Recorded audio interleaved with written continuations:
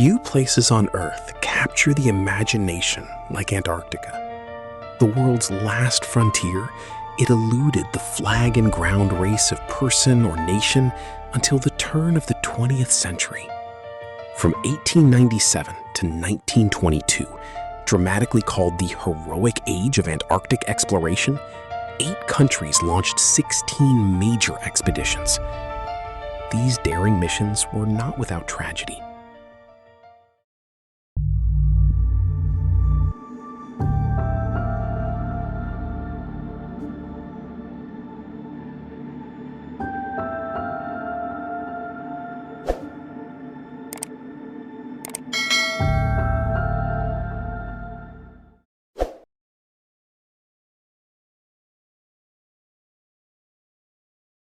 For thousands of years, no one even knew Antarctica existed. Ancient Greek philosophers imagined there must be a giant continent hidden in the far south. They called it Terra Australis Incognita, the unknown southern land. The idea wasn't based on exploration. It was simply a belief that Earth needed balance. If large continents existed in the north, there must be another equally large landmass in the south. For nearly 2,000 years, maps showed this imaginary continent. Sometimes it stretched across half the globe. Sometimes it connected to Australia or South America. But no one had ever seen it. The southern oceans were unlike anything sailors had encountered. Towering waves, violent storms, freezing temperatures, and endless floating mountains of ice. Many ships simply refused to venture that far.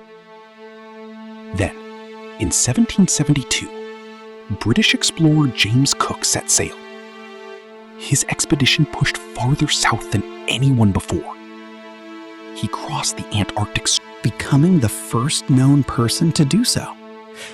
Cook never actually saw Antarctica itself. Instead, he found walls of ice stretching beyond the horizon. He concluded that if a continent existed, it would be impossible to reach. Ironically, his report discouraged exploration for decades. If one of the world's greatest navigators couldn't find the southern continent, perhaps it wasn't worth searching at all. But the mystery remained.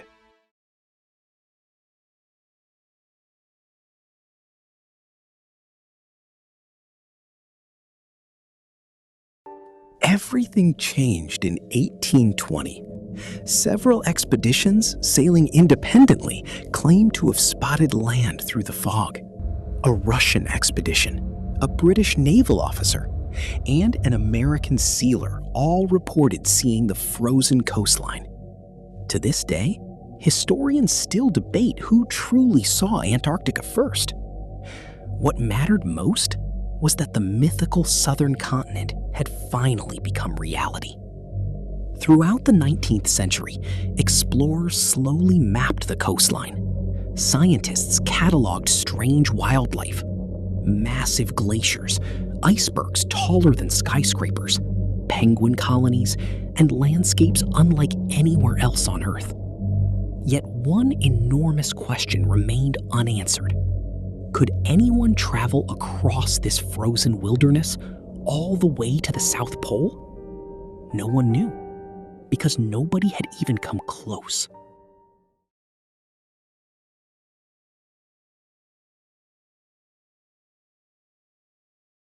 By the late 1800s, national pride began driving exploration.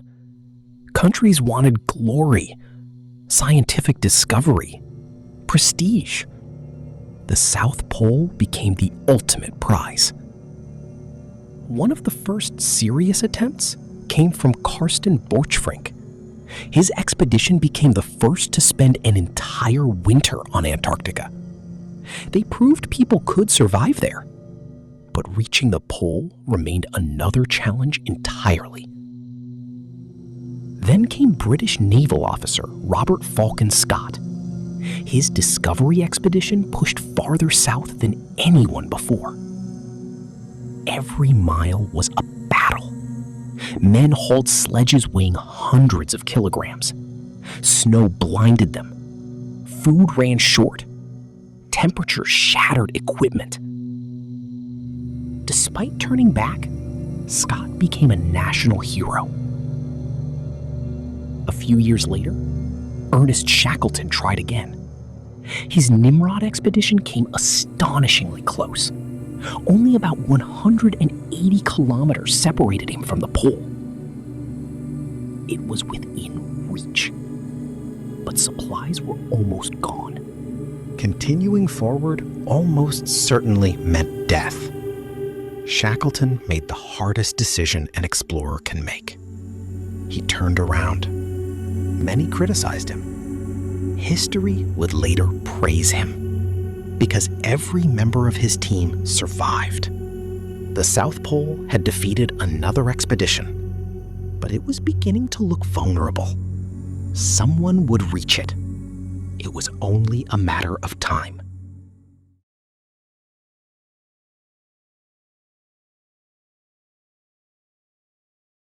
In 1910, two expeditions quietly prepared. One represented Britain, the other, Norway. Robert Falcon Scott announced his intention to become the first man to stand at Earth's southernmost point. Britain celebrated. The expedition carried enormous expectations. Meanwhile, Norwegian explorer Roald Amundsen had originally planned to reach the North Pole. Then, everything changed. News arrived that American explorers claimed victory there. Amundsen secretly changed his destination. Without telling most of the world, he sailed south. Even some members of his own crew didn't know the true objective until they were already at sea. Scott learned about Norway's plans only after receiving a telegram. Suddenly, what had been an expedition became a race. Both teams established camps on the Ross Ice Shelf. Both studied routes toward the pole. But their approaches couldn't have been more different. Scott relied on a complicated mix of motor sledges, Siberian ponies, dogs, and human hauling. Unfortunately, the motor sledges quickly broke down. The ponies struggled in deep snow. Many had to be shot. Eventually, men pulled most of the heavy loads themselves. Amundsen took an entirely different approach. Everything centered around sled dogs. He carefully selected experienced skiers. Every supply depot was precisely measured. Every kilogram was calculated. Every route was marked with dozens of flags extending kilometers on each side, ensuring his team could find supplies even during blizzards. Preparation would prove to be everything.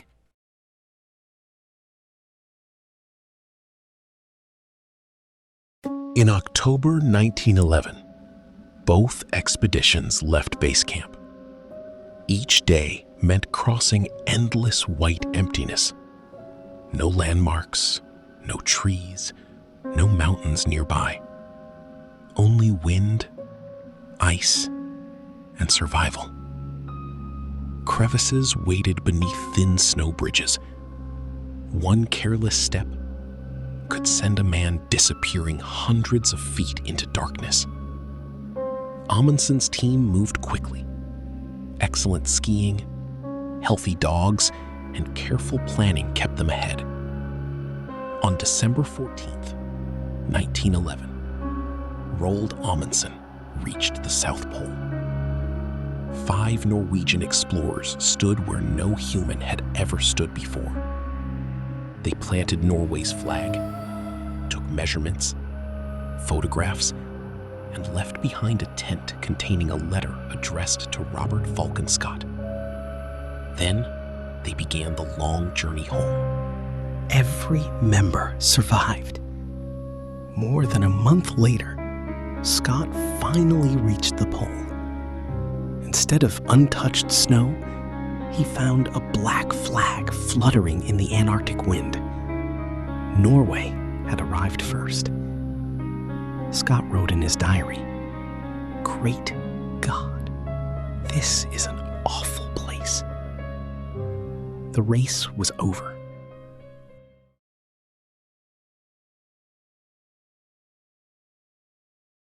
The journey home became a nightmare.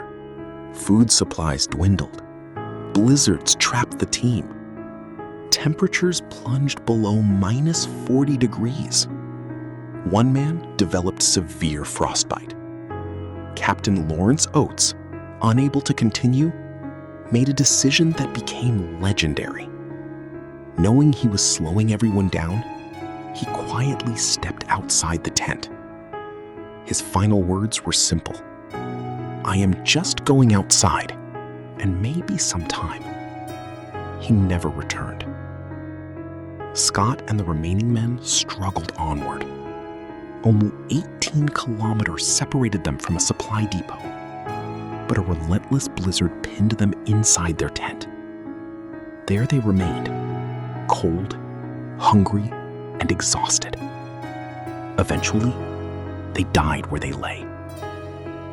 Months later, a search party discovered the tent buried beneath snow. Scott's diary was still there, preserved by the Antarctic cold.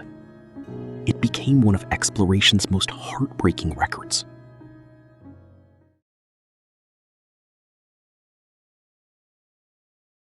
Today, reaching the South Pole is no longer impossible. Aircraft regularly land there. Scientists live year-round in research stations.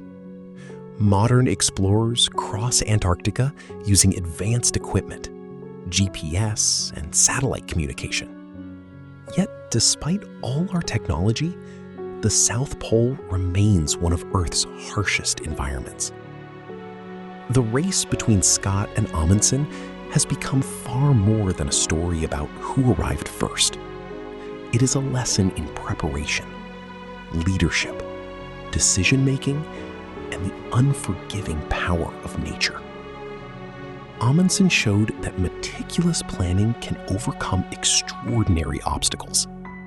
Scott demonstrated courage and determination, even in the face of overwhelming odds.